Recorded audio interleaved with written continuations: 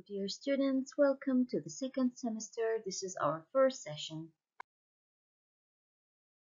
This is dedicated to all first year faculties except for the medical ones.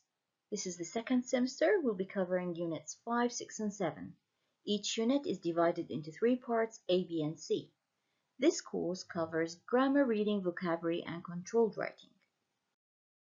Unit 5, Part A, Grammar. Before we begin, answer the following questions about you. How much time, approximately, do you spend on a weekday sleeping, or having meals, or working, or doing housework, or relaxing? So how much time do you spend on a weekday sleeping? Let's try answering. Well, 15 minutes to a quarter of an hour. How much time do you spend on a weekday having meals? Maybe 60 minutes or an hour. How much time do you spend on a weekday working? Maybe 24 hours, etc., etc. The key here is that we need to know how to answer such questions. How do you answer a question about the duration of time? So to answer such a question, the answer should be 15 minutes, which is a quarter of an hour. 1 quarter means 15 minutes. 60 minutes, I can say 60 minutes and I can say 1 hour or an hour. 30 minutes or half an hour. Okay, let's move on. Here's a little reading to be read. Read the article, Are you happy with your work-life balance? And underline the correct phrases. We have, Are you happy? As you can see here, to the right, we have the title of this piece of reading. So take some time, stop the recording, read and underline the correct parts, and then we check together. Here we go. So Dan, project manager, he works in a software company in Boston, USA.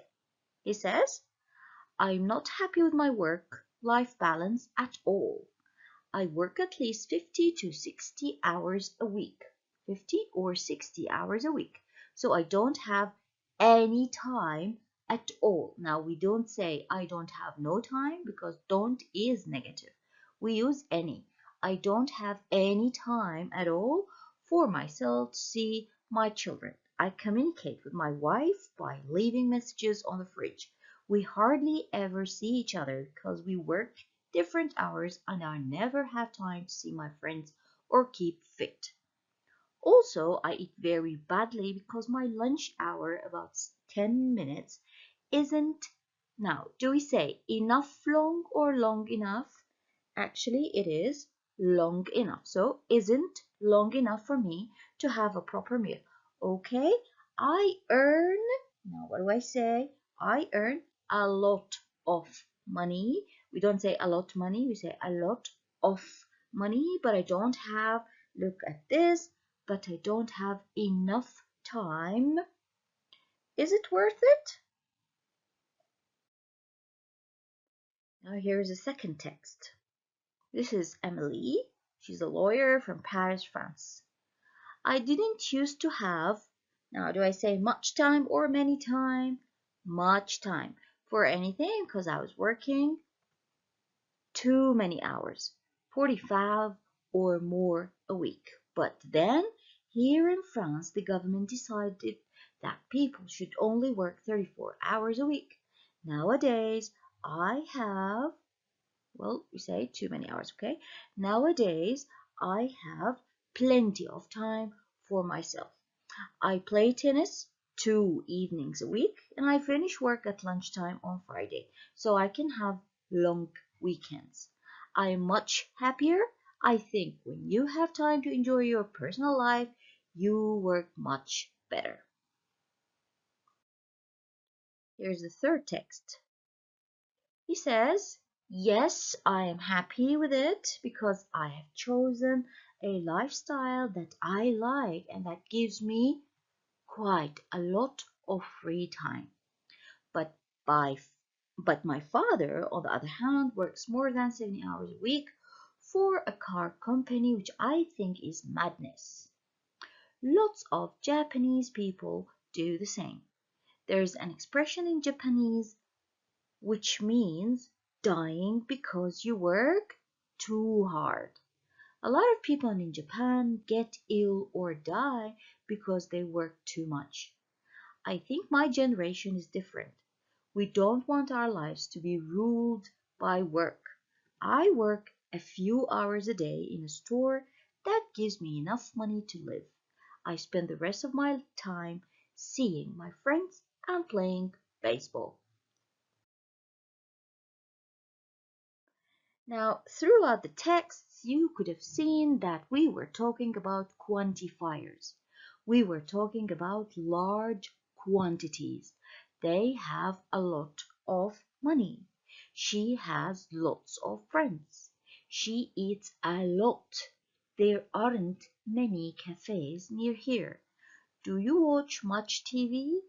Don't run, we have plenty of time. Let's explain each one of these. Now, usually we say a lot of or lots of. A lot of or lots of, and in each case, of is followed by a noun. A lot of or lots of can be followed by countable, like friends, or uncountable nouns, like money. She eats a lot. A lot here explains or modifies or describes how much she eats. So we don't need a noun after it. It came immediately after a verb to modify how much she eats or tell us how much she eats. There aren't many cafes. Many is used with countable nouns. I can count the cafes. 1 cafe, 2 cafes, 3 cafes. A cafe is like a small restaurant where you can drink coffee, drink tea, drink cappuccino. We call it cafe, and it's a countable noun. However, we say, do you watch much TV? Here, we are not talking about the set. We are not talking about the TV set or the machine that is called TV. We are talking about the programs, the time you spend watching this set or the programs that are shown on this set. We use much here because TV programs or the time you spend on watching TV is uncountable. Don't run, we have plenty of time. Plenty, it's like a lot, it's less than a lot, but it talks about large quantities, and we say plenty of time. We use a lot and lots of in positive sentences. We use a lot when there is a noun, for example, when there's no noun, for example, he talks a lot. I can't say he talks a lot, lots, okay? We say he talks a lot.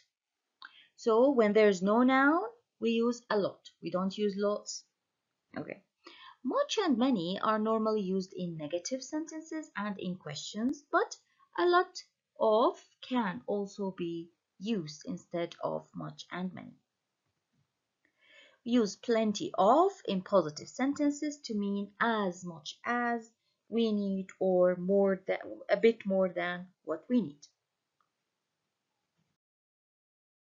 Now, how about small quantities? We're talking about quantifiers that explain or describe small quantities. Do you want some ice cream? Just a little, a small quantity, please.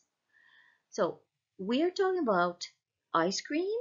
Ice cream is uncountable. We use a little.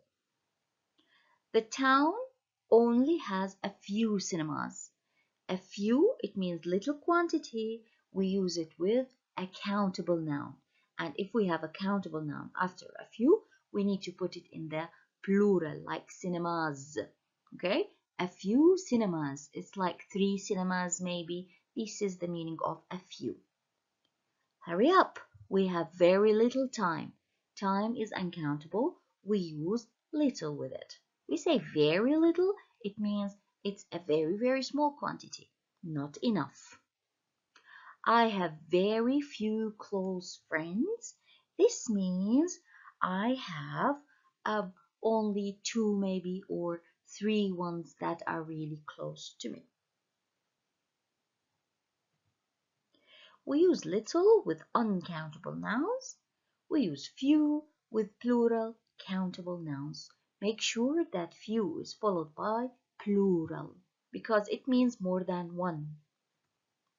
A little and a few, they mean some but not a lot.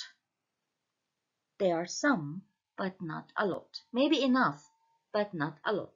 Let me give you an example. Don't go to the supermarket. We have a little sugar in the cupboard. It means we don't have a lot, but it's enough. When I say I have a few friends, it means I don't have many friends, but they are enough.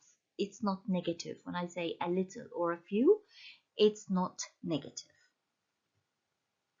Very little or very few or little or few without a, they mean not much or not many, and here I'm giving a negative meaning. It means it's not enough. Let me give you an example.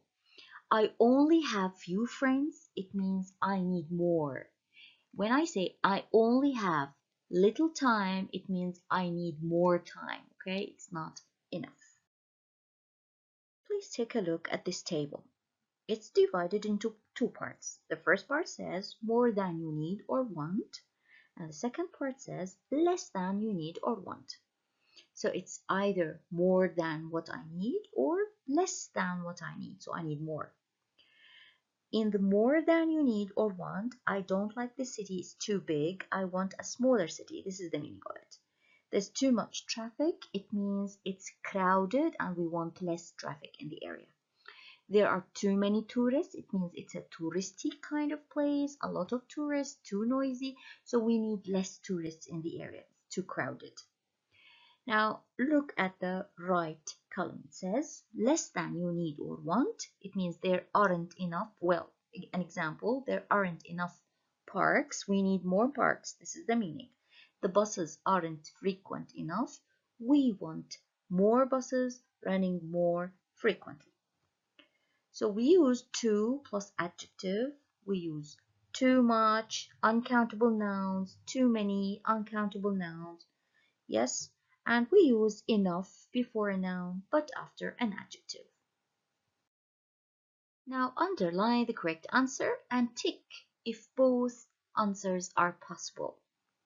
Let's read number 1.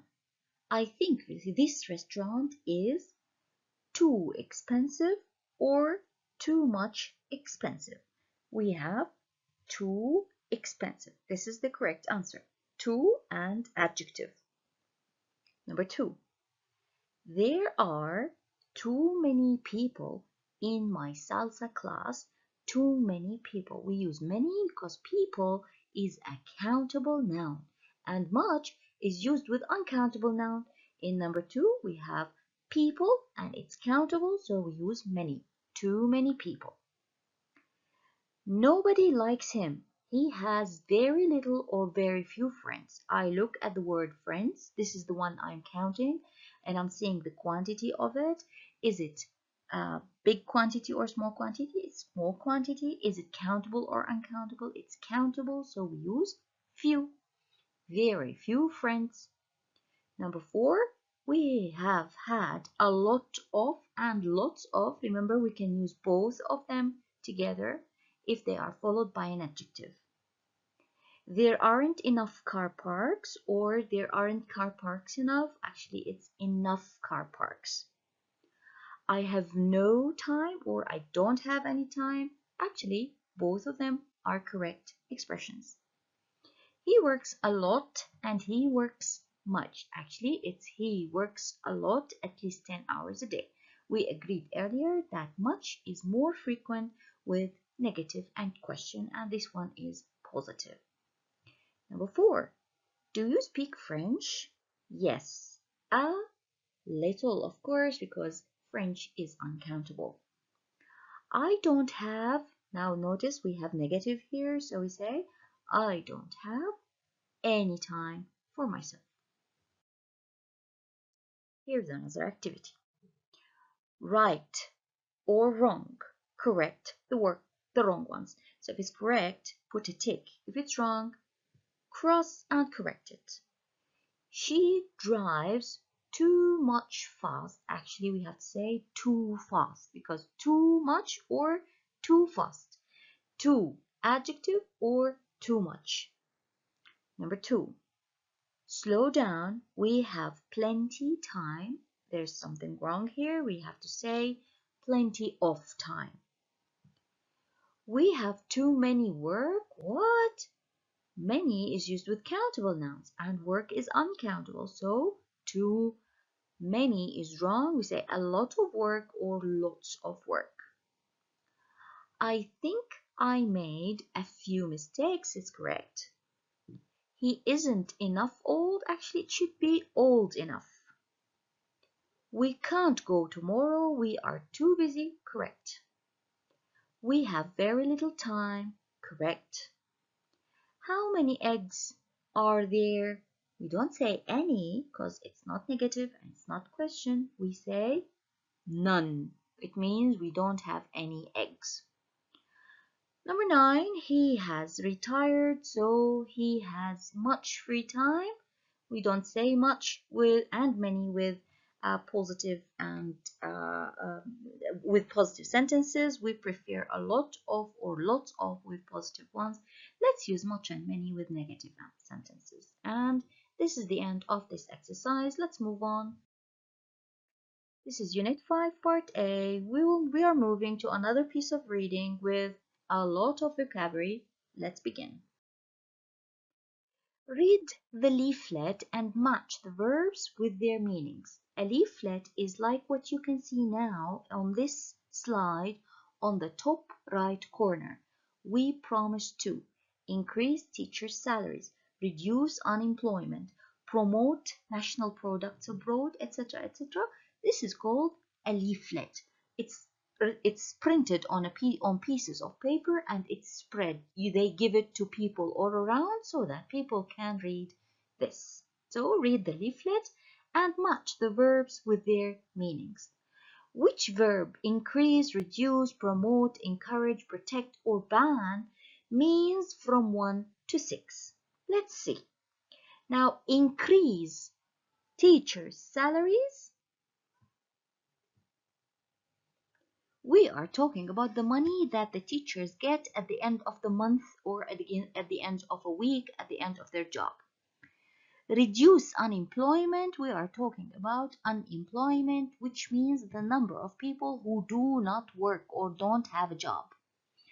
Promote national products abroad. It means we want people outside our country to buy our products like oil, cotton. Encourage people to do more sport. It means we want them to exercise. Wildlife, it's like in the desert, in the forest, animals, plants in the wild.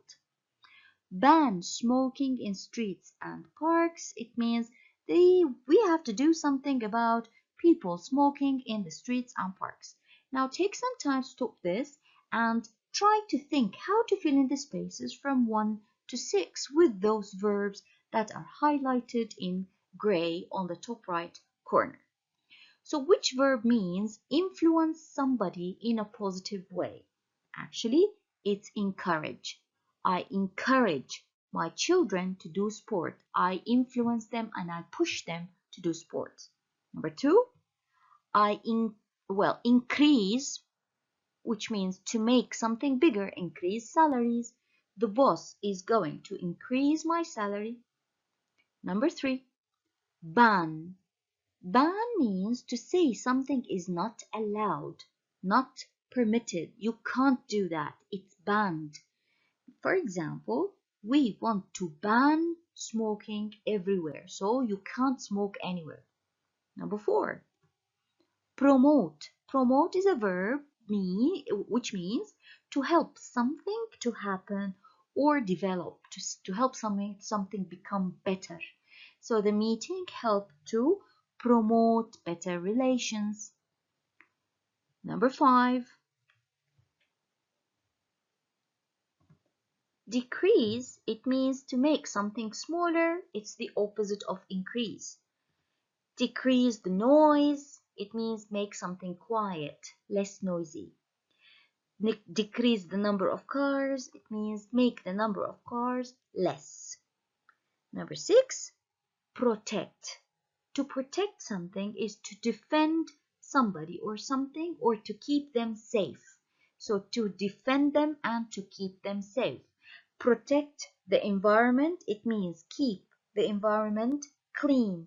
Protect the forest, it means defend the forest against fires. Don't make people or ban cutting trees. This is how you protect forests. Protect animals, it means stop killing and hunting animals. We need to protect these verbs as they are becoming extinct. Extinct, it's like they don't exist anymore. Dinosaurs became extinct. Some birds might become extinct. That's why we need to protect them. So protect these birds so that they, because they are becoming extinct. So the words we came across are from a leaflet that talks about promoting the jobs of teachers, trying to find a job for the unemployed, raising salaries, protecting the environment and the wildlife. Now, let's read some texts that are related to what we just came across. Read the introduction to the article. What is the meaning of counter-revolution? Let's go on. Slow down. You move too fast. The clock rules our lives. The more we try to save time, the less time we seem to have. In every area of our lives, we are doing things faster, and many of us live in towns and cities which are getting noisier and stressful and more stressful as each day passes. But now a worldwide movement, whose aim is to slow life down, has started a counter-revolution. Its supporters are people who believe that a happier and a healthier way of life is possible. So what is a counter-revolution? It's a movement in the whole world that says we should live our lives and we should live happier and healthier, and we need to run a slower paced life. This is this is the meaning of counter-revolution. So a counter-revolution, the supporters of this movement are people who believe that a happier and healthier way of life is possible. Let's move on. Now take your time, read, and prepare yourself to answer the questions that follow. Do you eat slow food? The title here is Slow Food. The slow food movement. We are talking about a movement, people who support a certain idea. They say that we need to eat slow food. What's the meaning of slow food? Read the text, please, and then move on so that we can answer the questions that follow. Here are the questions. Who started the slow food movement and why? So these are the questions you need to answer well after you read the text or while reading the text. So stop the recording, take a look at these, go back to the text and answer the questions. Let's begin with number 1. Who started the movement and why? Actually, it was Carlo Peterini, an Italian journalist. He started it because he saw that McDonald's had opened a restaurant in a beautiful square in Rome. So he felt like the square, this beautiful square in old Rome, is actually threatened, and the lifestyle is threatened because we are introducing something like fast food here. What did he think was wrong with today's world? He says that he thought it was tragic that people live too quickly to sit down to eat a proper meal, that they only eat mass-produced food. So he felt like there's something. When you stand up and eat your food, you need to sit down with the family and the friends at a table and get a proper meal. What are the aims of the slow food movement? Actually, to encourage people to stop during the day and eat slowly, to use local shops and markets, to eat out in small family restaurants, and to cook with traditional recipes. So that is why he was against McDonald's. He wants traditional foods and traditional recipes. How big is the slow food movement now? Actually, it's now a global organization all over the world. It's there all over the world, and it has members in 100 countries. This is how big this movement is. Now, here is the second part of the text, which says, would you like to live in a slow city? Would you like to live in a slow city? This is the title of it. Again, read the text and move on to the questions. Here are the questions. Now read the questions and go back to the text and try to answer those questions. Stop this recording for a while until you continue reading, and then let's check your answers together. Question number 1. How did the slow city movement start? Actually, it was inspired by the slow food movement. So they heard about the slow food movement, and they were encouraged. They wanted to have their own movement, and they called it the slow city movement. It was started by mayor of Grève in Italy. Now, what are the aims of the slow city movement? Actually, it aims to make our towns or places or towns, well, where people enjoy living and working, and to protect things that make the town different. They want to protect the uniqueness of a city. So if Rome, for example, is a special city, it's famous for the ruins, it's famous for the traditional restaurants, cafes, and foods, traditional buildings. People there are really friendly. Everybody knows everybody. If you live a fast life, then this uniqueness is going to change. This person wants life to stay as it is. Where has it spread to? Well, it has spread to all over the world, of course, just like the slow food motion, for example, to Japan, Australia, etc. What do the people in, of Aylsham in the UK think about living in a slow city? Well, most people are very happy or delighted because they think it increases their quality of life. For example, teenagers are so happy and they have to travel 25 kilometers to the nearest city if they want excitement. Okay, so, younger generation, on the other hand, well, most people are happy, but the younger generation, they need to travel to the nearest city if they want excitement. However, the rest of the people are excited already. This is the end of session 1 in the second semester. Thank you very much. New English File Intermediate, Semester 2, Session 2. This is Unit 5, Part B. We'll be starting with grammar. We're talking about articles, a, an, the, or no article. Read the text and complete it with a, an, the, or no article. Take some time, stop the recording, and think how to fill in the spaces. Fill in the spaces, as we said, with a, and, the, or no article. And then we check together. Number 1. No thanks. I don't like chocolate. I know it's our anniversary next Saturday.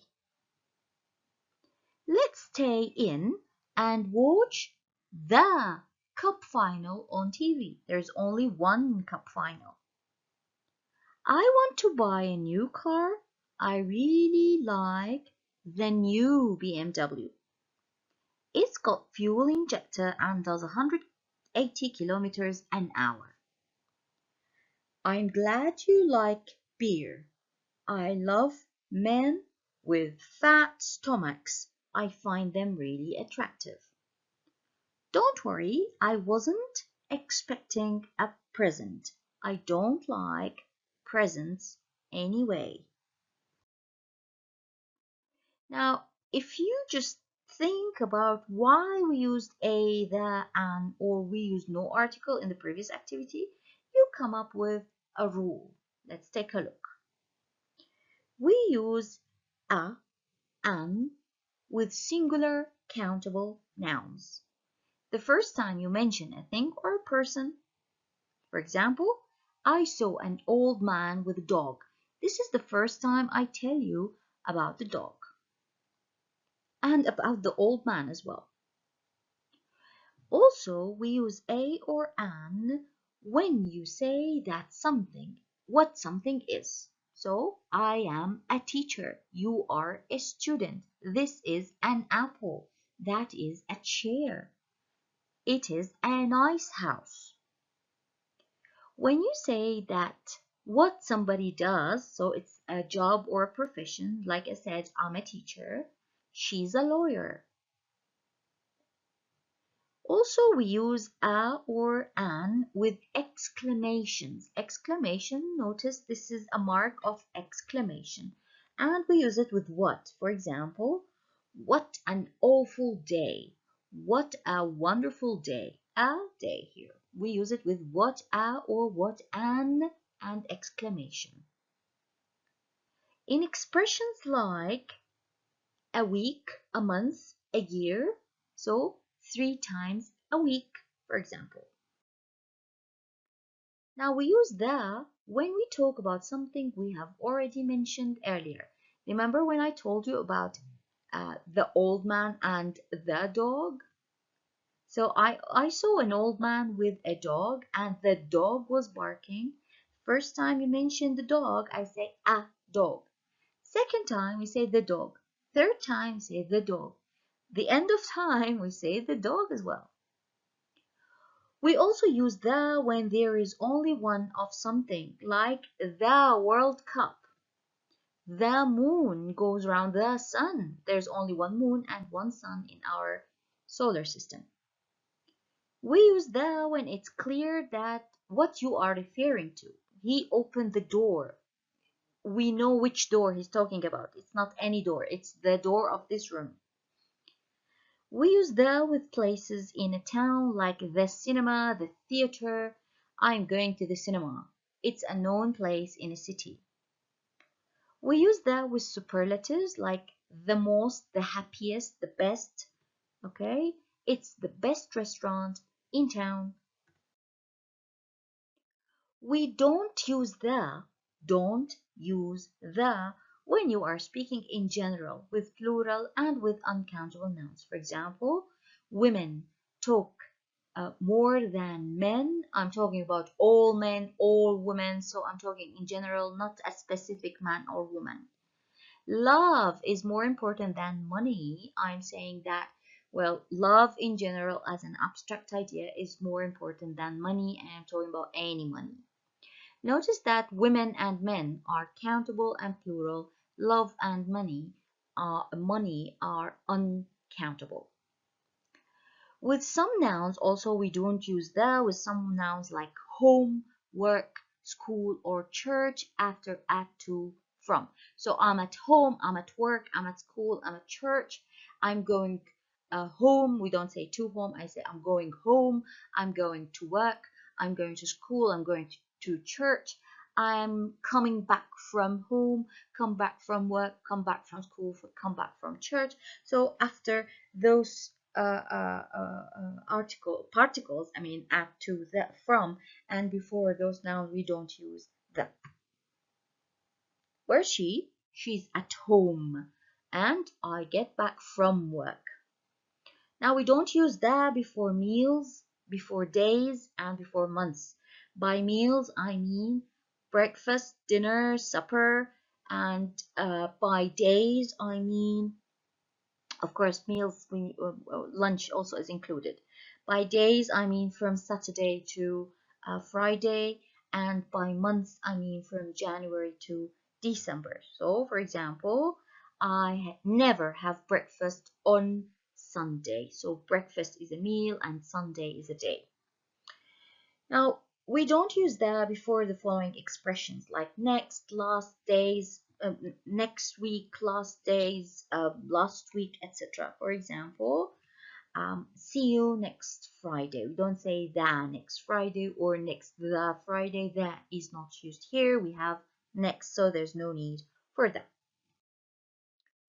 Okay, now here's another exercise. Read the text and complete it again with a and the, and if there's no need for an article, just put X.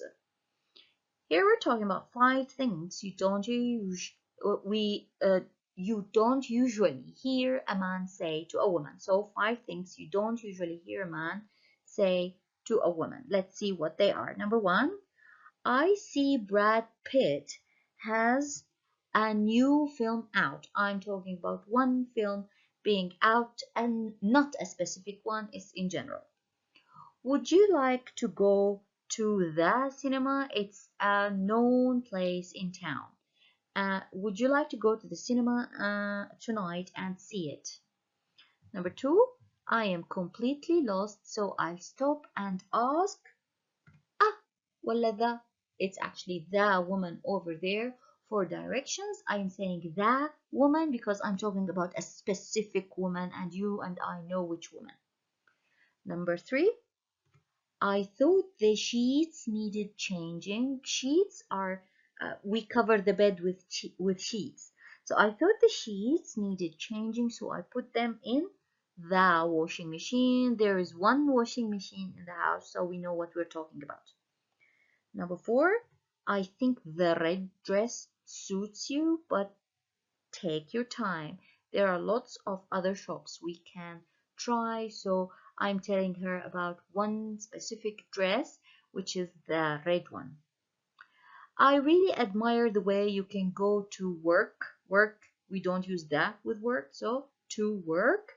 Run the house, we use the with the house because we're talking about your and my house, and bring up actually the children so well because it's our house and it's our children. You and I know which house and which children we're talking about. It's a specific thing we're talking about here. Now let's move on to the reading part of this unit. Read the article, then answer the questions.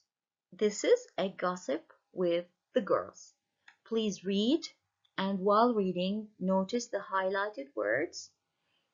Remember them because we need them, and we need to answer certain questions about them, and we need to learn something about them. Let's move on.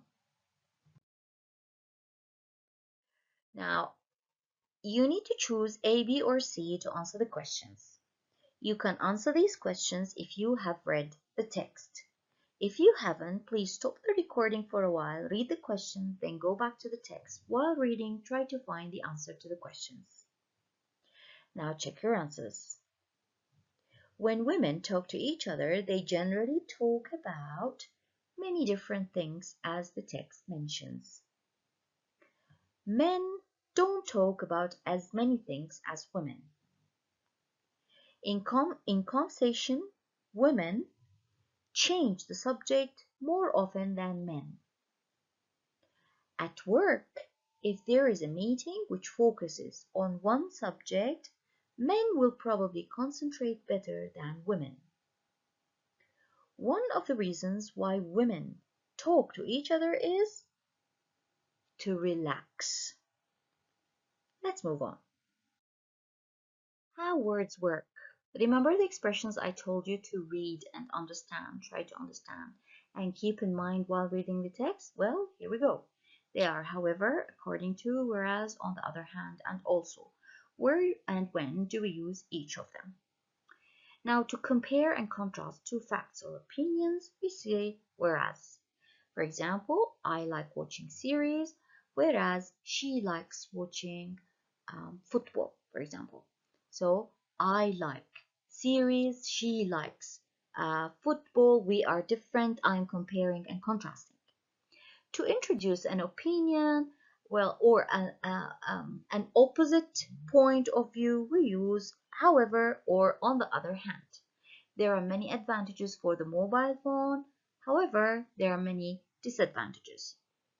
Number 3, to introduce some extra information, we use also.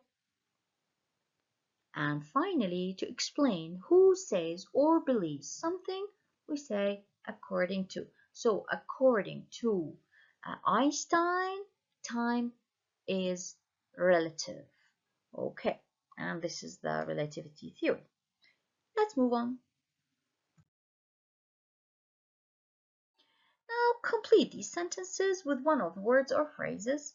Sometimes there are two possibilities, more than one possibility. Take a look at number 1. My sister plays tennis and she also goes swimming once a week, so she does both things. So here we use also for addition, to add information. Traveling by yourself can be fun. However, it's often more dangerous, or on the other hand, it's often more dangerous. So I'm contrasting. There is something opposite too. So it's fun but dangerous. Okay? Number 3, according to doctors, we shouldn't drink too much coffee. It's the doctor's opinion. Dogs are very affectionate. Affectionate means emotional. They love you so very much. So dogs are very affectionate, whereas cats are more independent. They don't depend on you. They don't like you very much, to be honest. Number 5, new technology makes our lives easier. However, it can be difficult to learn to learn to use, or new technology makes our lives easier. On the other hand, it can be difficult to learn to use. Now, Unit 5, Part B, Vocabulary. Verbs and adjectives plus prepositions, like for example, to talk about or talk to.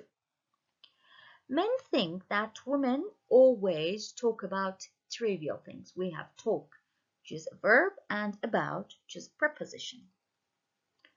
In fact, they cover more topics than when men talk to men talk to. So you talk to people and you talk about topics. Complete the sentences with the appropriate prepositions. Do you often talk to a friend about your problems? Do you often think about the future? Do you often have to wait for a bus or a train you wait for? Do you agree with your friends about politics? What dish or dishes do you usually ask for in a restaurant? So it's talk to or talk about, think about, wait for, agree with, and ask for. Complete the sentences with the appropriate prepositions. This is the continuation of the list. Have you ever borrowed money from your family? It means you took the money and you want to return it back after a while. Have you ever borrowed from? Do you often write emails to? Write an email to. How often do you listen to classical music? Do you think a man should pay for dinner on a first date? Number 10. Do you know anyone who works for a multinational company? Work for? Number 11. Do you know anyone who works as a DJ? I work as a teacher. And are you going to apply for a job soon? Are you good at sport?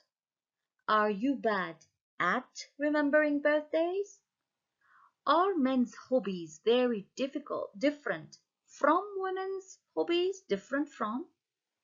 Are you afraid of any insects?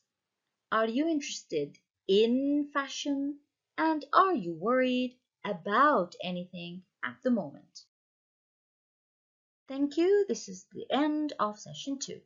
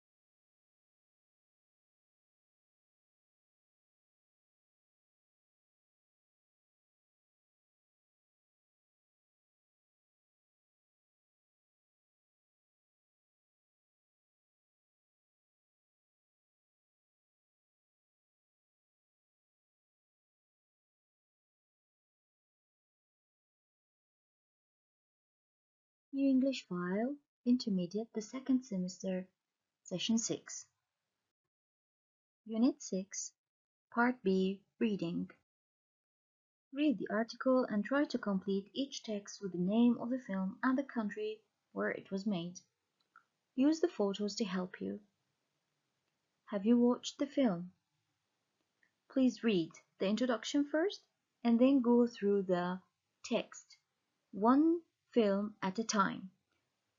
Write the name of the film and then write the name of the country where this film was filmed. The first one was entitled The Beach and it was filmed in Thailand. This film was entitled Out of Africa and it was filmed in Kenya. This film, or trilogy, a sequel of 3 films, it was entitled The Lord of the Rings and it was filmed in New Zealand. Now, read the article to answer the following questions. If I were you, I'd read the questions first, go back to the text and try to find out the answers. Which film had 3 parts?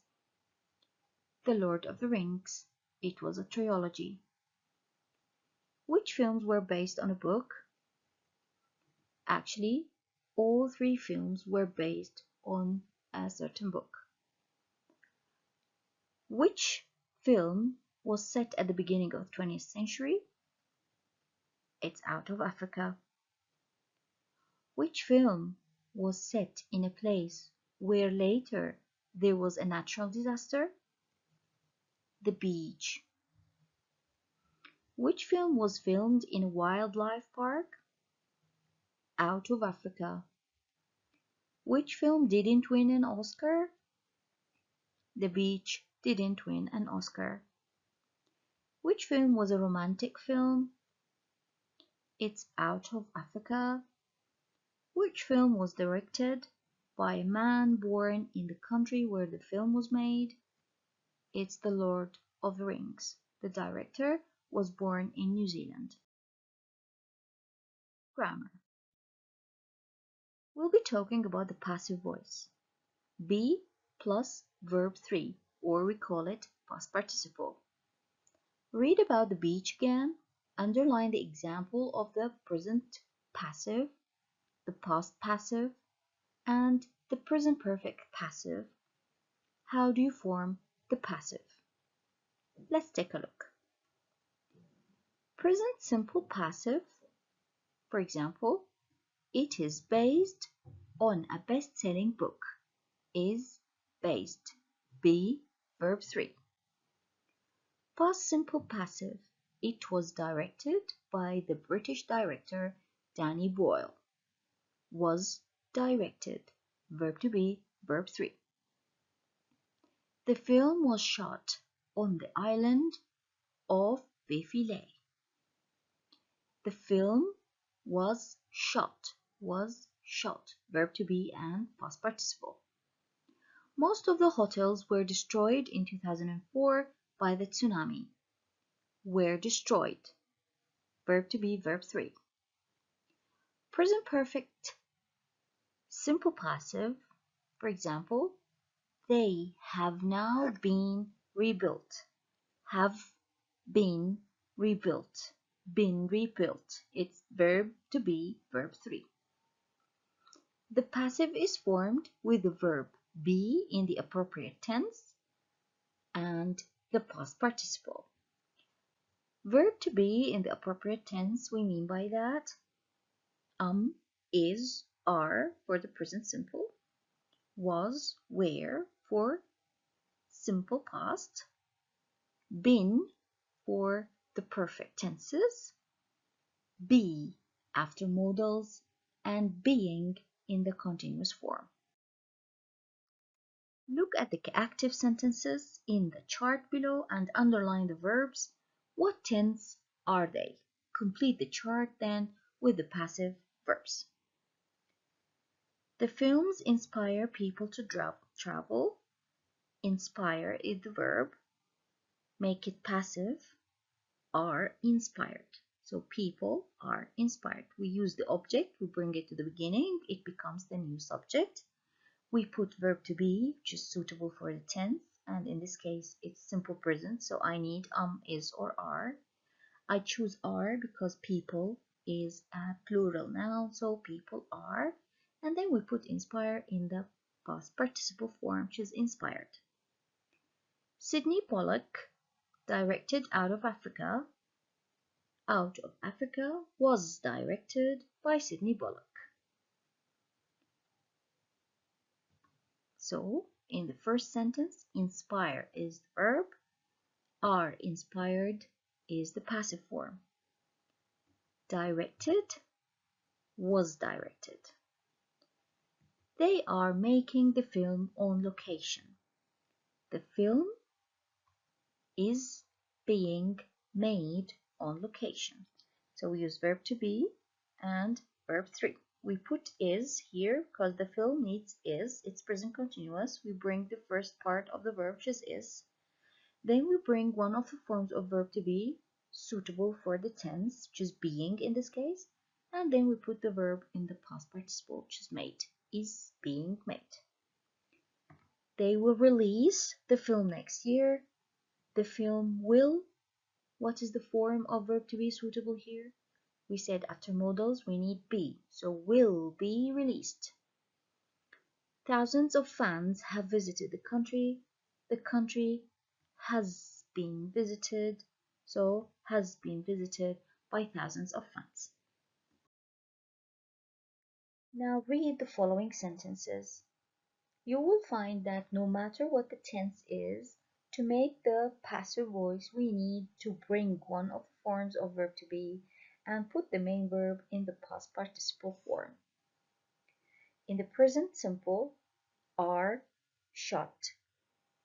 Are, verb, past participle, or verb 3. Has been stolen, been, verb 3. Is being repaired, is present continuous, being repaired. I'll be picked up, this is future. We have will, so it's followed by be and verb 3. Was directed, it's simple past, so it's was or were and verb 3. Has to be paid, this is has to or have to. After to we need be and verb 3. Finally, was being made, past continuous, could be was or were, followed by being and made. It's important to note that we use the passive voice when we don't know or it's not important who the doer or the agent of the action is. For example, when I say my bike has been stolen, this means that someone has stolen my bike, but I don't know who. When you know who and you would like to mention the subject, then you can use by. So if you want to say who did the action, use by. For example, Death in Venice was directed by Visconti. So I mentioned who did the action, but I said by that person or by the agent. We have 10 sentences here. Each one there's a mistake. Correct the mistakes in the highlighted phrases. A new motorway is being built. We need verb to be and verb 3. Build is not verb 3, so we need to say is being built. The film based on a famous novel.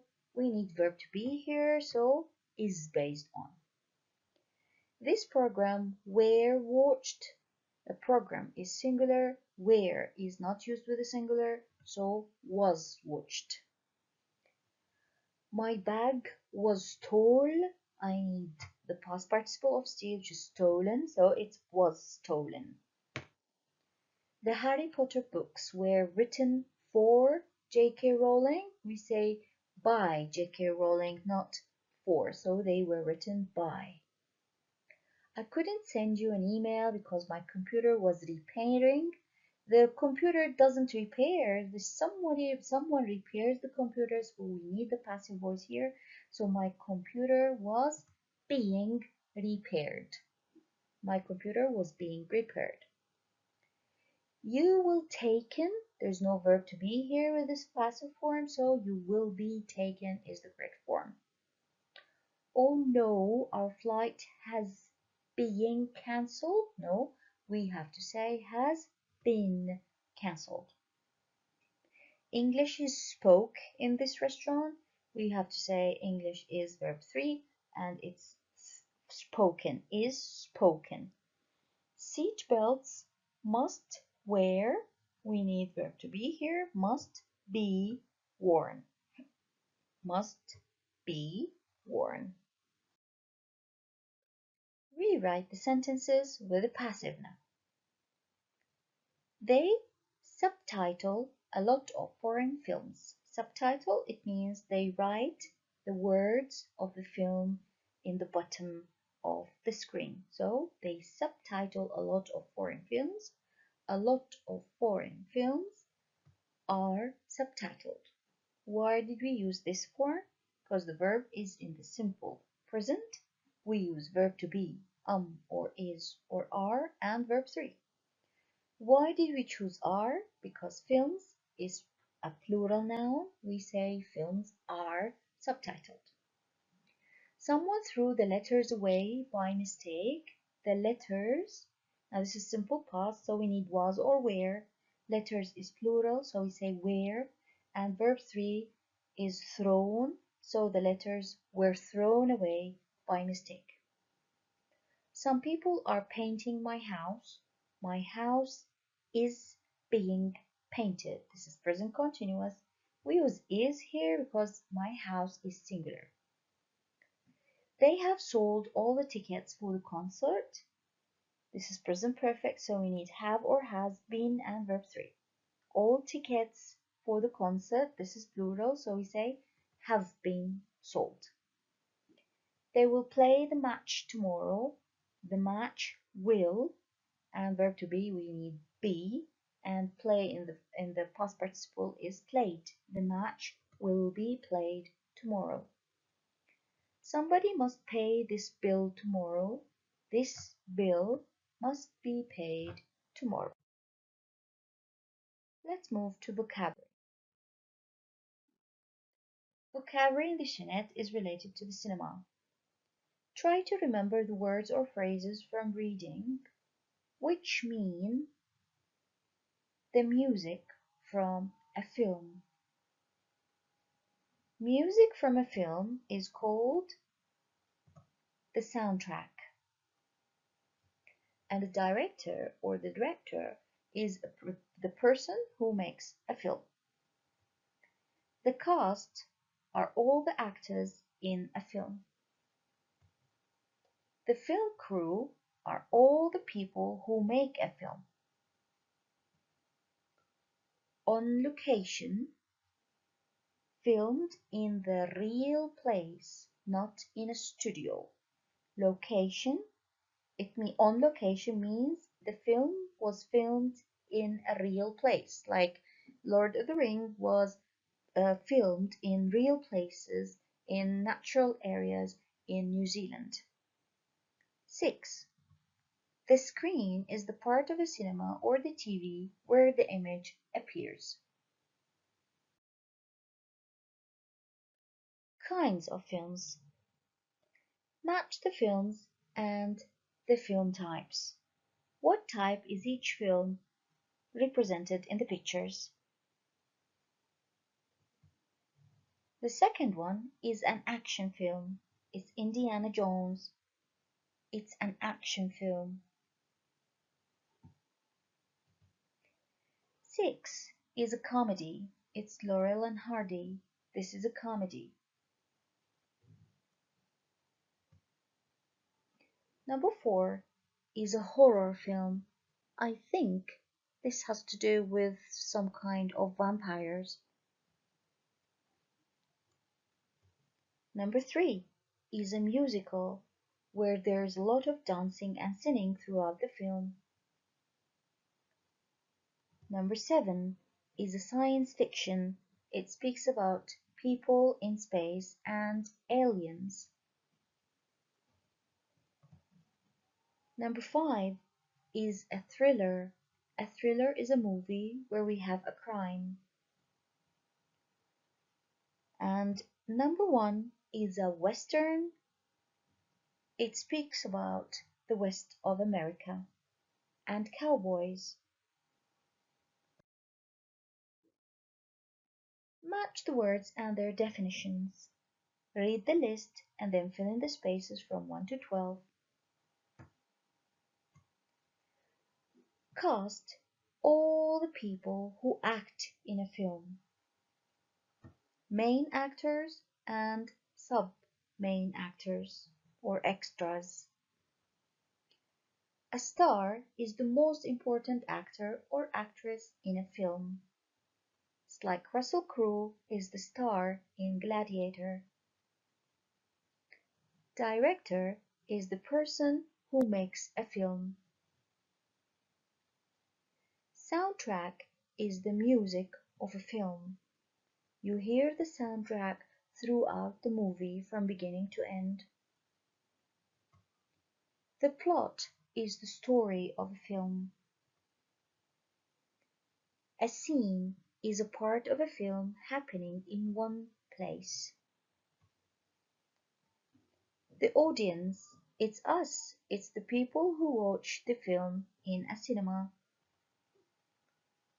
A sequel is a film which continues the story of an earlier film. Special effects are images that are often created by a computer. A script are the words of the film. Script, the words of the film. Extra, it means the person in a film who has a small or an unimportant part. For example, a person in the crowd scene or someone who's crossing the street in a main scene, so we call him extra. Subtitles, it's the translation of the dialogue of a film into another language. We usually read it in the bottom part of a screen. Now verbs and phrases. Match the sentences 1 to 6 with the sentences A to F. The film was set in the 19th century, Italy and England. It was situated in that place at that time. So, set, it means it's when it was filmed and where. It was based on a novel by E.M. Forster. It was an adaptation of the book. So if I have, for example, a film like Sense and Sensibility, it used to be a novel and then it was made into a film. It was filmed or shot on location in Florence. It means it was filmed in the real place, not in a studio. It was directed by James Cameron or James Ivory. This means that James Ivory was the director. Helena Bonham Carter played the part of Lassie. This means that this was her role in the film. Number 6, it was dubbed into other languages. It means the actors originally spoke in English. So in the beginning it was spoken in English, but you can hear people talking in another language. This is called dubbing. Thank you very much.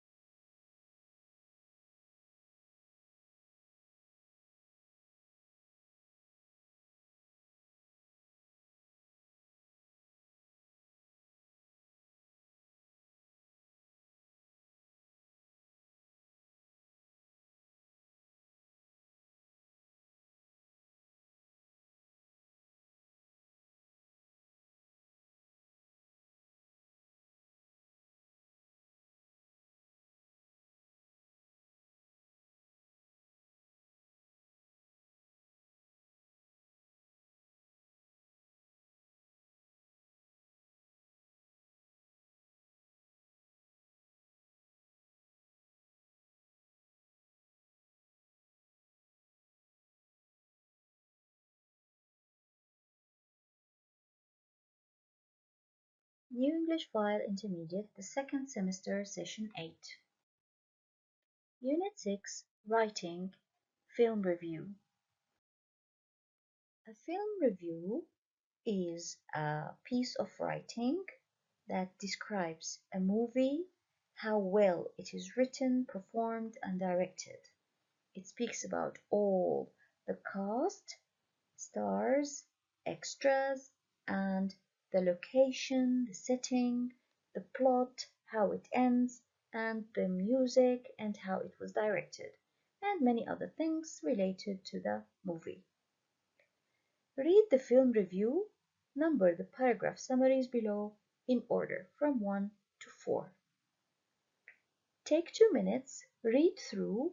While reading, please order the paragraphs.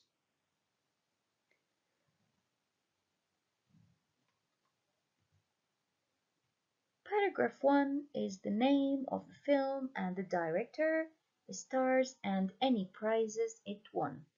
So we start a film review with a quick introduction that speaks about all these details from its name to the names of the prizes that it got. Paragraph 2, where and when it was set. So it speaks about the setting of the movie. Paragraph 3 is the plot or the story. Paragraph 4, why do you recommend this film? What attracted you to this movie and why you recommend it? This is how we organize and write a film review. Now read the review again and complete it with the missing words. We need to put in the spaces, we need to put about twice, at, as, back, by, in 2 spaces, for, and to. Now check the answers. So number 1, directed by. Number 2, won an Oscar for Best Foreign Language. For Best Foreign Language. Won an Oscar for. Number 3, the film is about a little boy. Number 4, at the beginning. Number 5, he goes back to visit his village. Number 6, in his village. Number 7, Salvatore is crazy about films. Number 8, he works as his assistant. Number 9, goes to work. Number 10, and in the end. It's at the beginning and in the end. Move on, please. Look at the third paragraph again. What tense do we usually use to tell the story of a film or a book?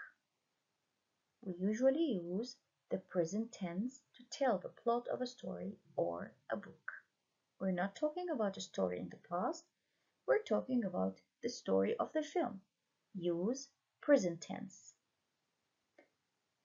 Here's some useful language in describing a film. It was directed or it was written by. It is set in, and you say the place and time. It's based on the book and you mention the name of the book. It's about and you tell what it's about. It stars and you mention the stars or the main actors. My favorite scene is, and you mention what your favorite scene is. Now let's review this unit. Complete the second sentence with 2 words so that it has the same meaning as the first one. Do you want to have dinner? I need to make it reported speech.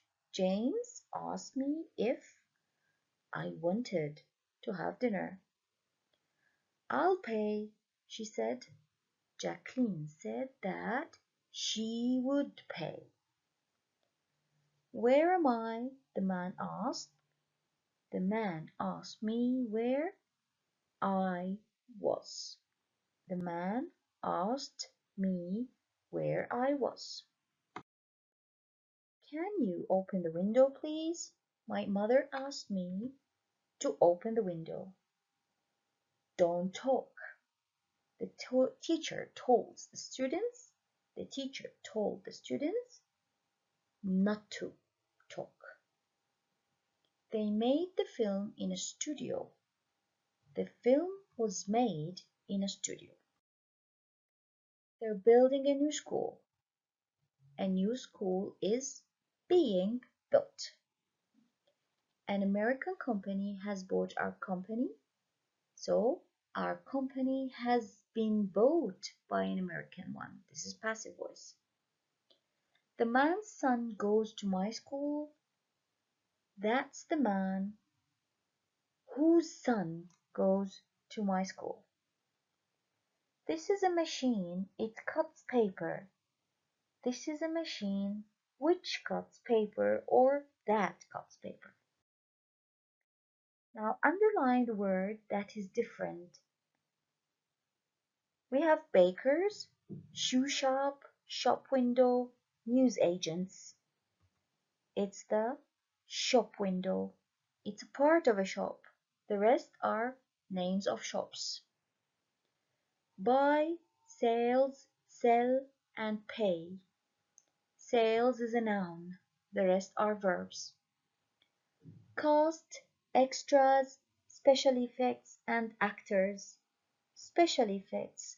The rest are people. Special effects doesn't speak about people. Thriller, sequel, comedy, horror film. It's a sequel because the rest are types of films. Sequel is not a type of a film. It's another part of a film. Dubbed, filmed, directed, and plot. Plot because it's a part of a movie while the rest are words to describe that movie. Write words for these definitions. A shop where you can buy meat is called butchers. The piece of paper you're given when you buy something is receipt.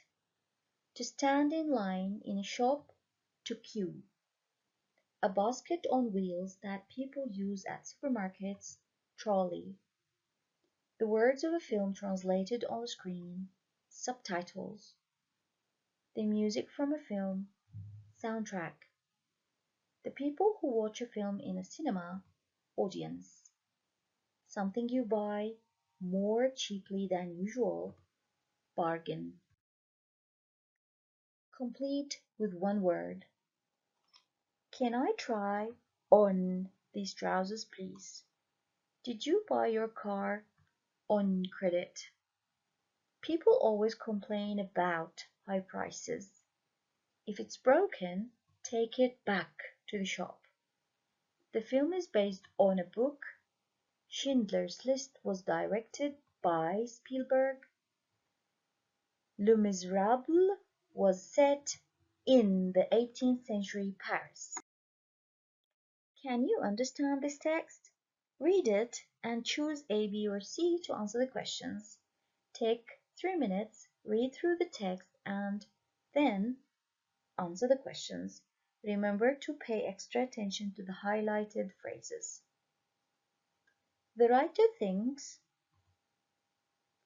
that designers just want to make a lot of money. She thinks people who buy designer brands are frightened of making a mistake. And brands here we mean something like Coco Chanel, something like Yves Saint Laurent. These are designer brands. She thinks you feel good if you find good or cheap clothes. And according to the bank survey, rich young people now want to look different from each other, and the writer thinks there are better things to spend her money on. Going back to the highlighted words in the text, let's find out what they mean. Manipulative tactics. These are ways of controlling or influencing people. Ways of controlling or influencing people. Trust their own taste means believe in their own opinion and judgment about what to wear. To use your skill is to use your ability to do something very well. To take risks, it means to do something that you know might fail or be dangerous. Exorbitant prices, much more expensive than they should be. Exorbitant prices means very expensive and way more than they deserve. Thank you. New English File Intermediate, the second semester, Session 9. Unit 7, Part A, Grammar. We'll be talking about the third conditional. Third conditional sentences consist of if plus had and past participle, and in the result clause we have would, have, and past participle. If we start with the if clause, we need to separate the if clause from the main clause with a comma. Examples. If I'd known about the meeting, I would have gone. This sentence means I didn't know about the meeting and I didn't go. If I hadn't gone to the party, I wouldn't have met my wife. It means I went to the party and of course I met my wife. Now notice that the reality is opposite the sentence. If I have after if positive, it means the reality is the opposite, which is negative. If I'd known, it means I didn't know. If I hadn't gone, it means I went. And in the main clause or in the result clause, I would have gone. The reality is I didn't go. And I wouldn't have met. The reality is I met. You wouldn't have been late if you'd got up earlier. We would have arrived at 6 if we hadn't got lost. Now, in both sentences, we have the if clause after the main clause, while in the first two, we have the if clause in the beginning. Notice that when we started with if in the beginning, we put the comma after the if clause before the main clause. But when we started with the main clause, we don't need a comma. The contraction of had is the apostrophe d. Use third conditional sentences to talk about hypothetical or imaginary situation in the past, which didn't happen, and its consequences and its results. Let's compare. Yesterday I got up and missed my train. This is the real situation. If I hadn't got up yesterday, I wouldn't have missed the train. It's the hypothetical or the imaginary situation.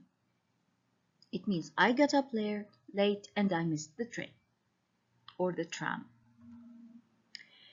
To make a third conditional, use if plus past perfect, would, and past participle.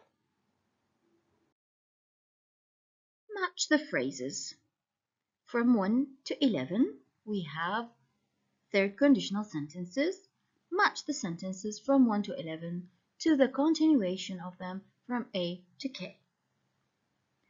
If you hadn't reminded me, I would have forgotten.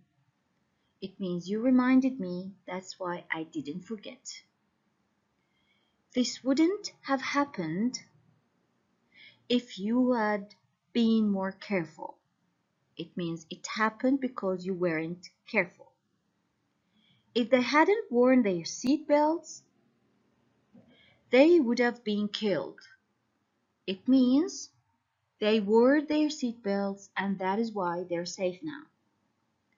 We wouldn't have been late if we hadn't missed the bus.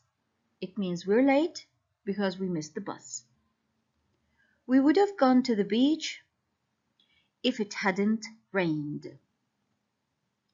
If you hadn't told me it was Jim, I wouldn't have recognized him.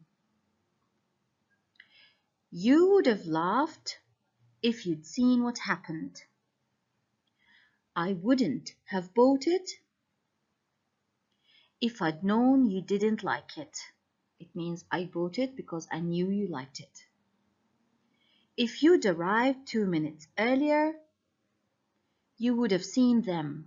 It means you're late, that's why you didn't see them. If you hadn't forgotten the map, we wouldn't have got lost. It means we are lost because you didn't bring the map. It would have been cheaper if we'd bought tickets on the internet.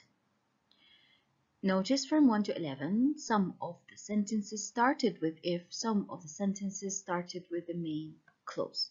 If, past perfect, and would, infinite, would have, and verb 3 is the shape of or the form of a third conditional sentence. It speaks about imaginary situations in the past, and they talk about things that happened or didn't happen. Reality is the opposite of the third conditional.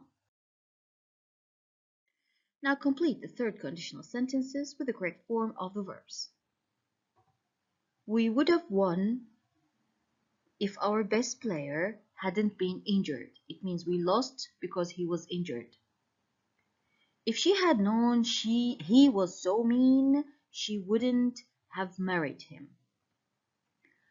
I would have lent you some money if you had asked me. If we had had more time, we would have spent another day in London.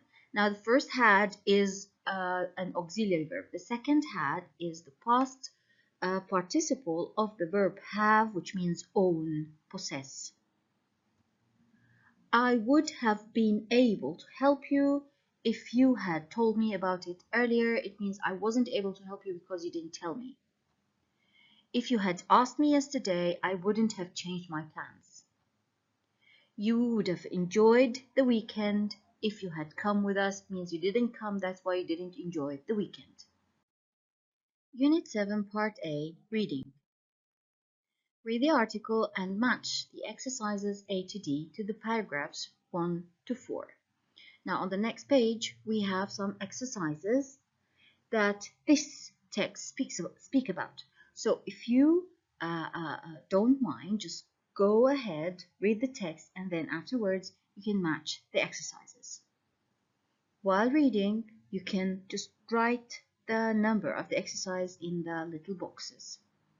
You would find out, well, that these are the exercises from A to D. Again, read them carefully and match them to the text. Here are the answers. Read just the article again, not the exercises, so only the article. Cover the text and from memory complete the expressions below with a verb or phrase. Take your time, read the sentences 1 to 7, fill in the spaces with the missing word that is explained. Seem to be, give the impression of being. Achieve their ambitions, it means make their ambitions come true. Vary your routine, it means change your routine and make it different. Bump into an old friend is to meet an old friend by chance. Make an effort to relax, it means try hard to relax. Convince yourself that your future will be bright means make yourself believe that your future will be bright. So to convince is to make someone believe something. Realize that things aren't so bad is understand that things aren't so bad. How words work. Read with me. When you are trying to decide what to do, first make an effort to relax. Then, when your mind is clear, listen to what it is telling you. What it's telling you. We often use what as a relative pronoun. It means the thing or the things which. Having said so, complete the sentences with what or which. Now, what or which are not interchangeable. What means the thing which, but which is the thing itself. Complete the sentences with what or which. Can you speak a bit louder? I can't hear what you're saying. What's this? It's a machine which makes ice cream. This is the song which won the MTV award. Everybody was very surprised by what she said. We went to the restaurant which Anne recommended. I didn't get what I wanted for my birthday. Again, what means the thing or the things which. Unit 6 Part A, Vocabulary. Making adjectives and adverbs. Lucky people use bad luck to their advantage. Lucky is an adjective. Luck is a noun.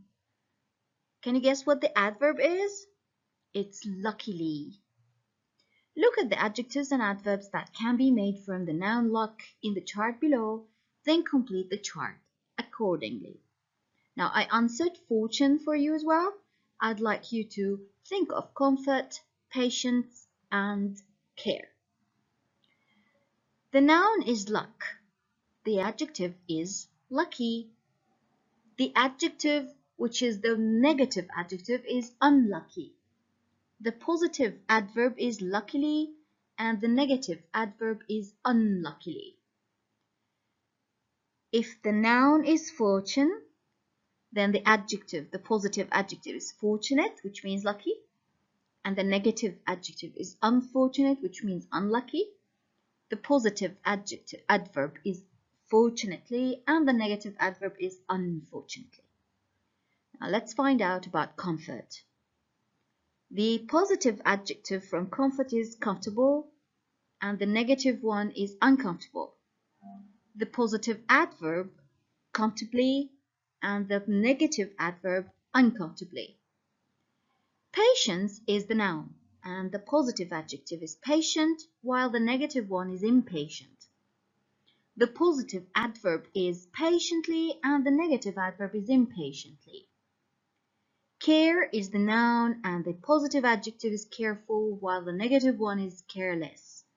The positive adverb is carefully, and the negative adverb is carelessly. Complete the sentences with the right form of the bold noun. A negative positive adjective or a negative or positive adverb. If you're describing the action, the manner, you need an adverb. If you're describing a noun, you need an adjective. How do you decide positive or negative? Well, you have keys, indications, and clues in the text that tell you you need something positive or negative. For example, if you have the word but, what comes after but is opposite to what came before. So if you have something positive before but, then afterwards you need something negative. Let's try this. The beach was beautiful. This is positive. But, so I need something negative here. But unfortunately, it rained every day. If the beds had been more comfortable, we would have slept better. You would have got better marks if you hadn't done the exam so carelessly. Notice that 2 and 3, we have third conditional, we have something that is not, well, opposite to reality. So if I say if the beds had been comfortable, because they weren't comfortable. Number 4, we were really unlucky. We missed the flight by just 5 minutes. Now I know that we were unlucky because we missed the flight. We couldn't catch the flight, so it's something negative. Don't be so impatient. It means he's insisting on something. The program will start in a minute. I fell off my bicycle last week, but luckily I wasn't badly hurt. There was a huge queue to pay, but we waited patiently. If you had been more careful, you wouldn't have had an accident. It was freezing cold, but fortunately, we'd all brought jackets. And are you sitting comfortably? Then I'll bring the story. I'll begin the story. This is the end of this session. Thank you very much. New English File, Intermediate, the second semester, Session 10. Unit 7, Part B, Reading. Murder mysteries. Murder means killing someone. Mysteries, it means something you can't understand or a question you can't find an answer to. Read Jack the Ripper case closed and answer these questions. The questions are: where and when did the murders take place? So while reading, find out the place and time of murders. How did Jack the Ripper get his name? How did he get his name? Why did he call him Jack the Ripper? How many murders were there? How long did the murders go on for? Who do the suspects include? Who did they think were the murderers? The names or the number of people who did that? What are their names? What does Patricia Cornwell usually do? And how did she try to solve the mystery? Here is the text. Now, this is Johnny Depp, who starred in the movie Jack the Ripper. He was the one who tried to hunt Jack the Ripper in the film. The film was entitled From Hell. Now, what you have to do is read the questions, but keep in mind read the text, but keep in mind the questions we had in the previous slide, and try to underline the parts of this text which are related to the answers or which answer the questions. Check your answers. So the murders happened in London in autumn of 1888. And Jack the Ripper sent the police letters signed by Jack the Ripper. There were 7 murders. Well, the murders went on for 3 months. Actually, the suspects were a doctor, a businessman, a painter, and a member of the royal family. Patricia Cornwell was a crime writer. She tried to solve the mystery by analyzing DNA samples. Now, these answers are from the text. Part B, Grammar. Read and complete the question tags with the missing words. A question tag is a question you use to ask for confirmation. You know the answer, but you want the person in front of you to agree with you. You were a detective with Scotland Yard, weren't you? Notice here that it's like I want you to say yes.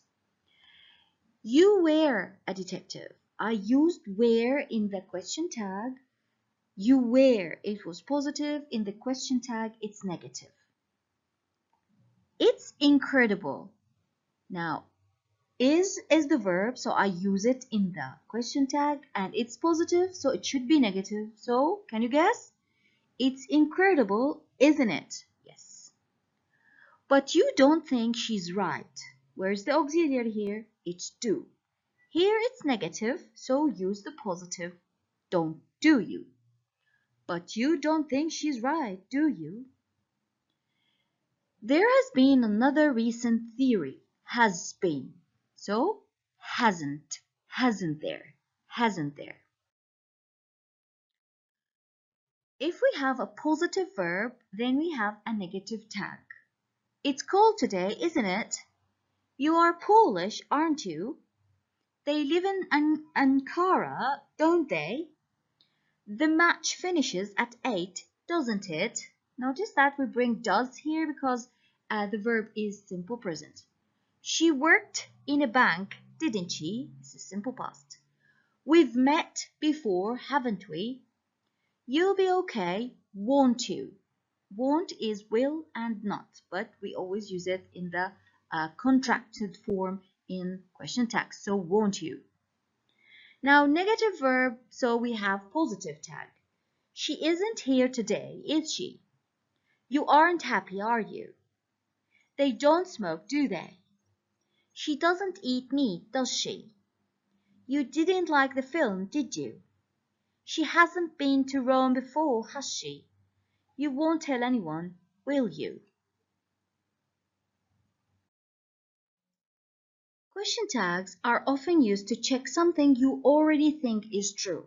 You know the answer, you want confirmation. You want the person listening to agree with you. Your name's Maria, isn't it? So you know it's Maria, you just want her to say yes. To form a question tag, use the correct auxiliary verb like do or does for the present, will or won't for the future, etc. Use a pronoun, for example, he or it or they. You can't use the subject itself. You need a pronoun that refers to the subject. A negative tag if the sentence is positive, and a positive tag if the sentence is negative. Let's practice. You don't take sugar in your coffee. This is negative, so I make it positive. Do you? They're on holiday this week, aren't they? He can't be serious, can he? She eats meat. We don't have an auxiliary. We bring one because this is simple present. We need do or does. She takes does, so doesn't she? You won't be late, will you? She was married to Tom Cruise, wasn't she? We've seen this film before, haven't we? You didn't tell anybody, did you? You'd like to come, wouldn't you? And it's hot today, isn't it? Read an extract from a Jonah Lyon detective novel. Which questions does Inspector Brunetti ask? Underline them now. While reading, we're going to underline the questions. First, you need to know what a detective novel is. A detective novel is a novel, it's a long story that is written to talk about crimes and to talk about how to find these crimes by detectives. A detective is someone like, Conan, Detective Conan, or Sherlock Holmes. Okay, so these are detectives. Detective novels speak about how to find murderers of certain crimes. Now, while reading, you can underline the questions. Here we go. Could you tell me how long you and your husband were married? This was the detective's question. How many children do you have, Signora?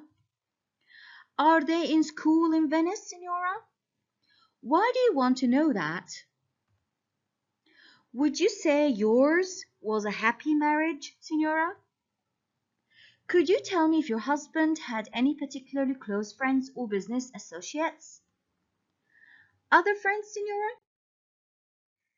Now, why did we underline the questions? Let's find out. Look at 4 questions from the book extract. How are 1 and 3 different from 2 and 4? Let's check out. Could you tell me how long you and your husband were married? And 3, could you tell me if your husband and any particular close friends or had any particularly close friends or business associates? Notice that though both questions 1 and 3 started with could you tell me? So what comes afterwards is the indirect question. So I indirectly asked the question. 2, how many children do you have? And 4, why do you need to know all this? Both 2 and 4 are direct questions. So 1 and 3 are indirect questions. 2 and 4 are direct questions. After could you tell me, the word order is normal. We use subject verb. Take a look. Could you tell me how long? Now, subject you and your husband, this is the subject, and where is the verb.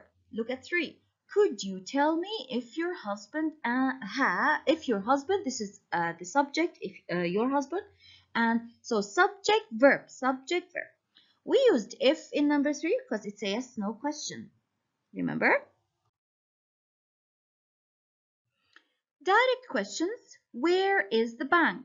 Indirect question, could you tell me where, subject, verb, the bank is? What time do the shops close? Do you know what time the shops close? Subject, verb. Is there a bus stop near here? Do you know if there is a bus stop near here? I used if here because it's a yes, no question. Does this train go to Victoria? Now this is a yes, no question, so I have to use if or whether. Could you tell me if this train goes to Victoria? To make a question more polite, we often begin with could you tell me or do you know? The word order changes in the indirect question to subject and verb. For example, do you know where the post office is? I can't say where is the post office after do you know. If the question begins with an auxiliary verb, we need if or whether. Remember, it's a yes, no question. So if we start with do or does or is, so it's a yes, no question, we need if in the indirect question.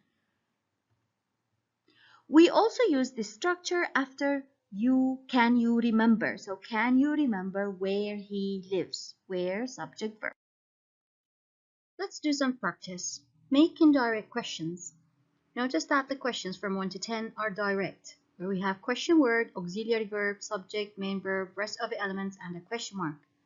Some of them are yes-no questions like number 2 and 4. The rest, they're asking for information. The ones who are answered with yes or no, they need if or whether. Keep that in mind. Now take some time, make indirect questions, and then let's check. Where do they live? The tense, simple present. Subject verb, they live. So, do you know where they live? Very good. Now move to number 2. Is there a bank near here? This is a yes-no question. Remember, we need F here. Can you tell me if, now subject verb, there is a bank near here? Where can I buy some stamps? Do you know where? Subject, I can buy some stamps. Does this bus go to the castle? Could you tell me if, this is a yes, no question, if this bus, now we need the verb that's suitable for the subject here, so do you know or could you tell me if this bus, remember we need S for go, so goes to the castle. What time do the shops open? Do you know when or what time the shops open? Where are the toilets? Could you tell me where the toilets are? Is Susan at work? Do you know? This is a yes, no question. If Susan is at work today. Did Milan win last night? Do you know if Milan won last night? Where did we park the car? Can you remember where we parked the car? And finally, what's the time or what is the time? Could you tell me what the time is? Imagine you are interviewing somebody in the street. Ask your partner these questions. Begin with, can or could you tell me? Ask about the following or ask these questions. What's your name? Where do you live? What do you do? What do you have? Do you have a TV? And how much TV do you watch a week? Now make these indirect. Start all of them with can you or could you tell me? Let's start with the first one. Could you tell me what your name is? Could you tell me where you live? Could you tell me what you do? Could you tell me if or whether you have a TV? Could you tell me how much TV you watch a week? Notice that in all of these indirect questions, we don't have the auxiliary verb do or did. Notice that in the third question, this do is a main verb. It's not an auxiliary. Now vocabulary. Compound nouns. These phrases are nouns, but the first noun is always singular and describes the second one. It means it functions as an adjective. Make compound nouns using a word from each box. The first one is already done, detective novel. Check your answers. Detective novel. Detective is a noun, but it also describes the novel. Horror film, murder mystery, police inspector, crime writer, and police station.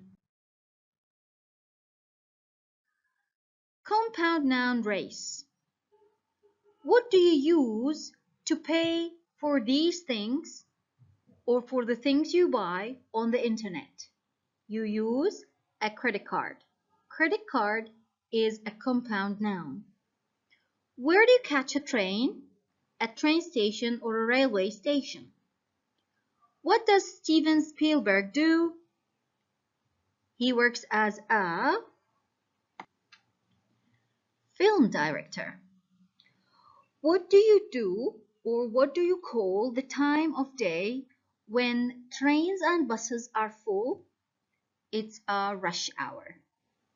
What should you put on when you get into a car? A seat belt.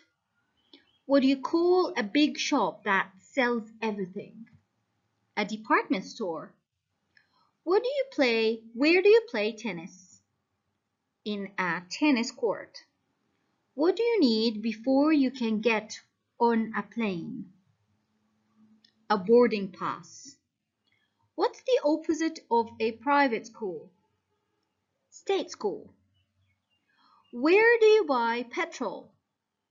Petrol station or service station. What do you call the noise a phone makes? Ringtone.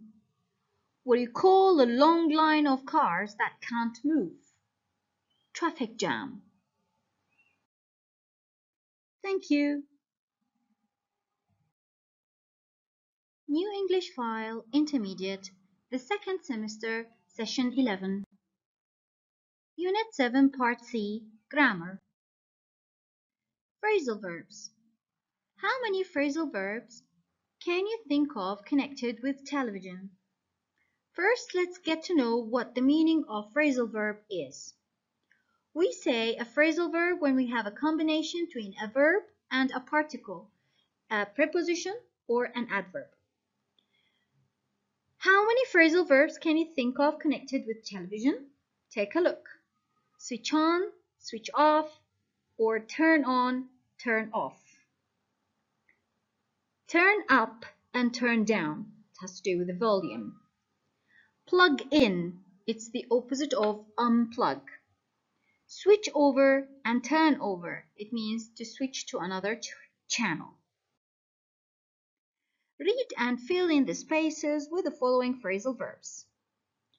We have look out, means be careful. Sold out, it means not available in stock anymore. Picked up, it's the literal meaning of pick and up. Switch off, to turn something off. Looking forward to, yearning to do something or wanting to do something so very much. Turn off, it's the opposite of turn on. Find out, which means discovers, and passed away means went away. Let's fill in the spaces. An American went to a restaurant with some friends. He was looking forward to some lively conversation. But instead of talking, his friends spent the whole time watching a TV in the corner. Mitch wished he could switch off or switch it off. Switch it off. And they suddenly gave him the idea for a new gadget. Gadget, it means instrument, a piece of equipment. He invented TV Be Gone, which is a remote control which allows you to turn off any TV within 17 meters of where you are. When the gadgets were first marketed on the internet, they sold out after the first 2 days. Now, dead or alive. The BBC were planning to make a program about the Bob Marley hit song No Woman, No Cry. A researcher from BBC Three contacted the Bob Marley Foundation to find out if they could interview him over the summer. The researcher added that filming was scheduled for June, July, and August, but our schedule is flexible. Unfortunately, Marley's schedule is not. He died in 1981. A friend of Marley family told the Daily Mirror, "We didn't think there was anyone on the planet who didn't realize Bob Marley passed away or died." A BBC spokesman admitted, "We are very embarrassed," which means they did an interview with someone who is not actually Bob Marley. They didn't know he was dead. Now, furious football fan forgiven. 2 people were nearly killed when Romanian football fan threw his TV out of the window. Gita said he was so angry with the national side when they lost their World Cup qualifier against the Czech Republic 1-0 that he picked up the TV and threw it out of the window, or picked the TV up and threw it out of the window. Rado, his neighbor, was discussing the match on the balcony below with his brother. Suddenly his brother shouted, "Look out!" and the TV set crashed onto the balcony, almost hitting the 2 of them. But Rado is not going to take any action against his neighbor. At first I was angry with him. He could have killed us. But when he told me he had been watching the football, I completely understood. We had also been watching it, and I was furious or very angry with the Romanian team too. Now look at how look forward to and turn off appear in a dictionary. How does the dictionary show you if the verb is and the particle, for example, off or on, can be separated or not? Look forward to something. Something is the object. It's the object that comes after the verb. Now, if it's separable, they put something between the 2 parts of the phrasal verb. But in look forward to, they put the object or something after the particle. So this phrasal verb is inseparable. I look forward to wait with pleasure for something to happen. Now turn something off. Notice that something here came between turn and off. So this phrasal verb is separable. Turn the TV off.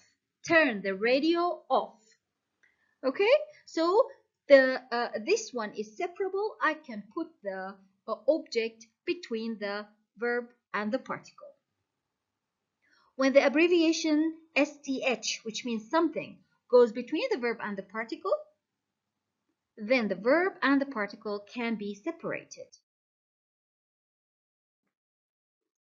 Now let's take a look at the first group of phrasal verbs. Group 1, no object, verb and up or on or etc. when it cannot be separated. So group 1 is inseparable phrasal verbs. Come on, which means hurry up or late. The plane took off 2 hours late. Took off is a non-separable phrasal verb. Go away and never come back. We can't separate go and away. We can't separate come and back. Now the second group of phrasal verbs is it has an object, there is an object, and it can't be separated. Looking for my keys, but I can't say looking my keys for. It's looking for my keys. I asked for chicken. Please look after the baby. Notice that the object comes after the phrasal verb and it cannot be separated. I don't get on with my sister. I'm looking forward to the party. It's non-separable. Now the third group is a phrasal verb with an object and it can be separated. Take a look. Please switch off your phone. And I can say also, I can also say, please switch your phone off. Can you fill in this form or can you fill this form in? They've set up a new company. They've set a new company up. Don't throw away those papers and don't throw those papers away. A phrasal verb is a verb compound with a particle, okay, an adverb, or a preposition. Sometimes the meaning of the phrasal verb is obvious, it's clear, it's the literal meaning of the verb and the particle, like sit down, come back. And sometimes the meaning is not clear and not obvious, like give up smoking. Here give up means stop. Carry on here means continue. In group 3, where the verb and particle can be separated, if the object is a pronoun, it must go between the verb and the particle. So I gave up smoking. For example, smoking is a noun, it's not a pronoun. But if it was a pronoun, let's say it. I gave it up. It must be in the middle. I can't say I gave up it. It's wrong. I say give it up. For example, another example, switch it off. I can't say switch off it. Throw them away. I can't say throw away them. So when the object is a pronoun with a separable phrasal verb, then we need to put it in the middle. Sometimes a phrasal verb has more than one meaning. For example, the plane took off, which means it's the opposite of landed. It started to fly. And he took off his shoes. It means now he's not wearing his shoes. Unit 7, Part C, Vocabulary. Let's fill in the spaces with the appropriate, what do you think, preposition. Okay, read from 1 to 20. Take your time. Try to guess the missing particles. And then click to check your answers. Stop for 1 minute, read all the sentences, and then click to check your answers.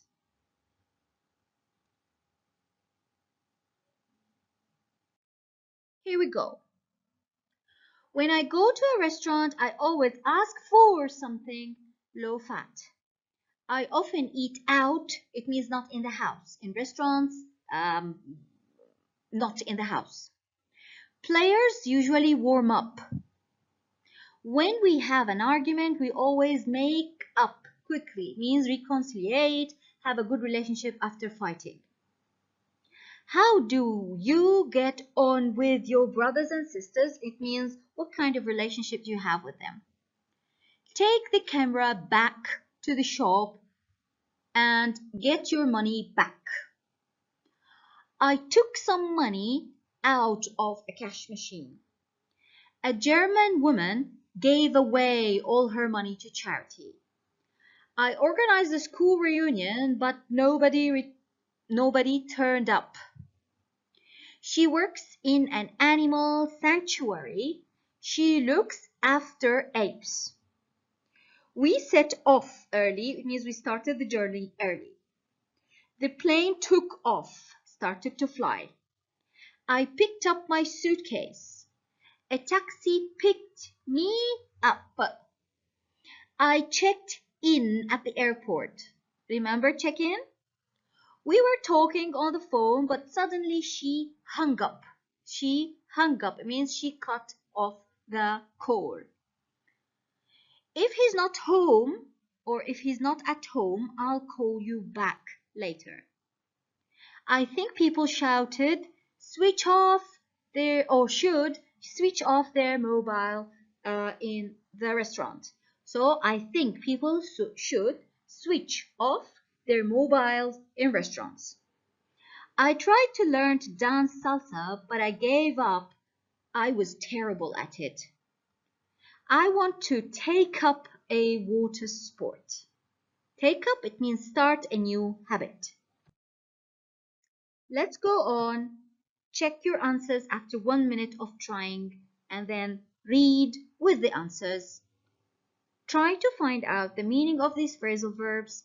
Just like what we did earlier, check it in a dictionary and find out whether it's separable or inseparable and what the phrasal verb means. You can always go online and search in an online dictionary. It's easier for you and it gives you the right pronunciation. Here are the answers. Unit 6, Part C, Reading. Read the text and answer the questions. What do the following numbers refer to? How can we answer such a question? This question is answered by scanning. You look at the number, for example 37, and you scan quickly with your pen or finger or only with your eyes and search for the number. Immediately you will find it in the second line after 37 years. So this is the 37. You read the whole sentence where 37 exists and you know what 37 refers to. Now 74 and 72, they are in the fourth line. Pat Payne, 47, which is his age, and his wife Margaret, 72, this is Margaret's age. Continue, do the same with the rest of the numbers. Now while you are reading, please pay excessive attention to the highlighted verbs. Notice that all of them are phrasal verbs. Let's move on. So 37, 74 and 72, we found them in the text. Here is 19,000 pounds. Here is 200-year-old house and the 3-bedroom house, 9 children and 24 grandchildren. So you read the number and what comes before and after the number. So read the whole sentence, you will find out what the number refers to. Now go back to the text, and if you have your book in front of you, look at the text, read it carefully, and answer those questions. Of course, before reading, you need to read the questions. Do any of their children still live with them? After reading, you'll find that yes, actually it's only one. How does Mrs. Payne feel about the house being modernized? Well, she feels happy, but she doesn't think they missed anything but not having electricity in the past. Was it a really big problem for her not having an iron or a vacuum cleaner? No, they got by. She got used to that. Where did they get most of their food from? From the land. Why does Mrs. Payne think that not having electricity was good for the children? Because they played together, made up games, or read stories. How was it good for her and her husband? It was a very healthy way of life, and they were never ill. Remember the highlighted phrasal verbs in the text? Here they are with their meanings. Grow up to develop into an adult. Get by to manage to live or do something with difficulty. Put something in to install something in your house like central heating. Move back to return to live in a place where you lived before. Make something up to invent. Live off somebody or live off something to depend on somebody or something in order to live. Bring somebody up to look after a child until he or she is an adult. This is the end of session 11. Thank you very much. New English File Intermediate, the second semester, Session 12. Unit 7, Writing. Writing an article for a magazine. Read an article for a student magazine about the advantages and disadvantages of living without a TV. The computer has found 10 mistakes: grammar, punctuation, or spelling. Can you correct them? Read through the article. Find out why the underlined words are wrong. Why are there mistakes? Correct the mistakes. Here are the answers. Almost every family today has. Family is dealt with as a singular noun here because it's every family. So I'm talking about each family on its own. So every family has. In the second one, the first advantage is that families spend more time they spend time talking. This is the verb pattern. They spend more time outdoors and are usually more fit. More fit is wrong. The comparative form of fit is fitter. We double the T and we add ER. Children who don't have a TV may feel different. It's always different. We don't put S for it. From their school friends. Their, this one is a demonstrative. We need a pronoun, and the possessive pronoun here is their, EI, not ERE. So the spelling is wrong. Also, it's not true that all TV programs are bad. Programs, well, according to the spelling of this computer, it varies between American and British. If it's with one M, we don't need E. If there's an E at the end, it means we have double M and then we put ES. So program double MES are bad. And then, like documentaries. How do you spell documentaries? It's RIES. We change the Y into I. May know less about what's happening. It's what's happening. We need an apostrophe to show the contraction, or we need to say what is happening. In conclusion, although doesn't need a T at the end. And then turn the TV off. You don't say turn it out. It's turn the TV off. Here's another activity. Read the article again, then answer the questions. What are the 3 advantages of life without a TV? And what are the 2 disadvantages? And finally, is the writer for or against having a TV? For, it means he argues for it. He is with the idea of having a TV, or against having TV. Okay, let's check the answers. I hope you read the article again. Let's check if your answers are correct. So what are the 3 advantages? Well, families spend time talking to each other. They do more creative things like reading, and they are usually fitter. So these are the 3 things. What are the 2 disadvantages? Well, children don't have a TV or who don't have a TV may feel different from their friends, and they might know less about what's happening in the world. Is the writer for or against having a TV? Well, the writer is for having a TV, but thinks he or we should only watch good programs. How do we write about the advantages and disadvantages?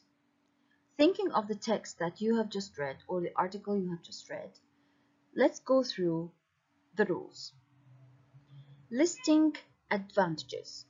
We say first or firstly, second or secondly, third or thirdly if we have a list. If we start with first, then go consistently and say second and third. If you start with firstly, go to secondly, thirdly, and finally. So they should look alike. Listing advantages or disadvantages, sorry. On the other hand, it means we start the paragraph that speaks about listing the disadvantages with on the other hand. There are also some disadvantages. And then you give examples like, for instance, for example, such as, and if you'd like to add, you say also. Finally, in the conclusion, we start with in conclusion or to sum up, I think, and then you say what you think. Unit 7 review. Let's go through what you remember. Starting with grammar, choose A, B, or C. Which one is correct? Take your time, read the questions, find out the correct answer. If we hadn't gone to that meeting, we need to decide what type of conditional this is. We have if past perfect, so this is third conditional. We expect in the result clause would, have, and verb 3 or past participle. So which one of the three, A, B, or C, continues the third conditional sentence in number 1? Actually, it is C, as you can see. Could you tell me what? Now, after what, we don't need a question, we need a direct sentence or a normal sentence because this is an indirect question. So what do we need? We need subject, verb, subject, verb. So immediately we can delete A because it starts with the verb and then we have a subject. So, and we can delete C because we don't have a verb all in all. So the answer is B. Could you tell me what your name is? Do you know? Do you know? Now this is a yes no question, and in the middle we need an indirect question, and it should start with if because it's a yes no one. Okay, yes, remember that we need a subject verb, and remember also that it's in the positive form. Let's take a look. So do you know if the shop does open? Now this is correct in very specific cases, and if we are emphasizing, then does here is for emphasis. Usually in indirect questions we don't use do, does, or did, as we discussed earlier in this unit. So let's erase A. B, if opens the shop, wrong because we started with the verb. If the shop opens, actually this is the answer. You aren't coming tonight. We need a question tag here. We look at the verb, it's aren't coming. Yes, aren't coming. Then we need aren't for the question and we need you for the question also. This is negative, so the question tag should be positive, and by this we decide that A is the correct answer. So you aren't coming tonight, are you? If you have finished watching TV, turn it off. Turn it off because it's a pronoun here. This is a separable phrasal verb. Because the object is a pronoun, it should come between the verb and its particle. So our choice should be B. Complete the second sentence with 2 words so that it means the same as the first. In number 1, we have a conditional sentence. We need one that means the first one. The first one is the reality. The second one, in the result, we have wouldn't have been late. So it's a third conditional sentence. So we need something that is not true about the past. It's a condition about a situation in the past. So we got lost in reality. In the third conditional, we say if we, and we make it negative, okay? And we need the past perfect. So if we hadn't got lost, we wouldn't have been late. What time did you arrive home last night? Could you tell me what time? Now I need subject verb. You arrived home last night. Does this train stop in Norwich? Do you know? Now this is a yes/no question, so we need if or whether. So do you know if this train? Now I need this. This train is the subject, so I need the verb. This train stops in Norwich. I think the film finishes at 8. The film finishes at 8, doesn't it? I'm excited about our holiday. I'm looking forward to our holiday. Now complete with an adjective or adverb from the bold nouns fortune, patience, comfort, luck, and care. He is very intelligent, but, so this is positive, I expect something negative. I need an adverb here, but unfortunately he's not very good looking. He hates waiting, he's very impatient. Let's buy this sofa, it's definitely the most comfortable. I was very lucky in the exam. The questions were all on things I had studied the night before. How lucky. He writes very carelessly and makes a lot of spelling mistakes. Complete the compound nouns. We have the first part and we need to continue. Use clues in the sentence to decide what the missing word is. Excuse me, where's the nearest police station? Do you like films? No, I don't enjoy feeling frightened. Because of frightened, we know that the missing word is horror. My 3-year-old, 3-year-old, so he's very young, has just started which type of school? Nursery school. Yesterday I had to pay a £50 parking fine. When the banks are closed, you can get money from a cash machine. Complete the phrasal verbs. He has to look after his father, means take care of his father, as he's in his 90s. Could you turn the music up? It's really quiet. Could you give me back my book, please? My uncle has set up a small company, started a new or a small company. I always feel nervous when my planes take off. Slow down, you're walking much too fast. Do you get on well with your boss? If you carry on watching TV, you'll get square eyes. My grandmother brought up 8 children. She raised 8 children without any help. They broke up last month. They split.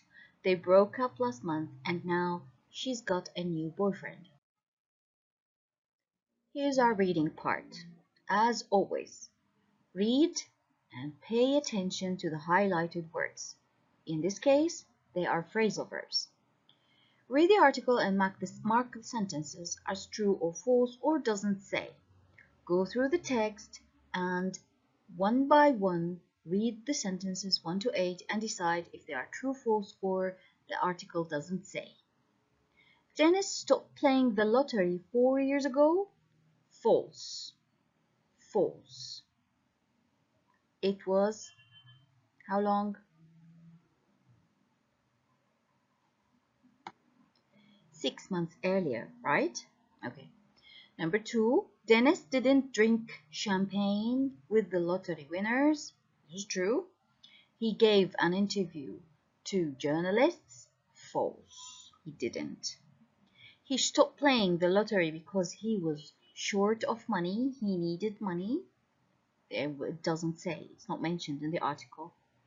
Dennis is the only person who will continue working. True. 2 of the winners had health problems. Actually true. Dave Mollett feels bad about what has happened to Dennis. That's true. And Dennis doesn't want to go to the party. Actually, it's not mentioned. We don't know. Now, let's do something with the highlighted words. Look at the highlighted phrasal verbs. What do they mean? Give up. It means stop. Give up playing, stop playing. Carried on playing means continued playing or didn't stop playing. Picked out the 6 winning numbers, it means chosen. He has picked out means he has chosen. Going back to work means returning to work. Turn up means to arrive or to appear. This is the end of session 12. Thank you very much. Good luck, dear students.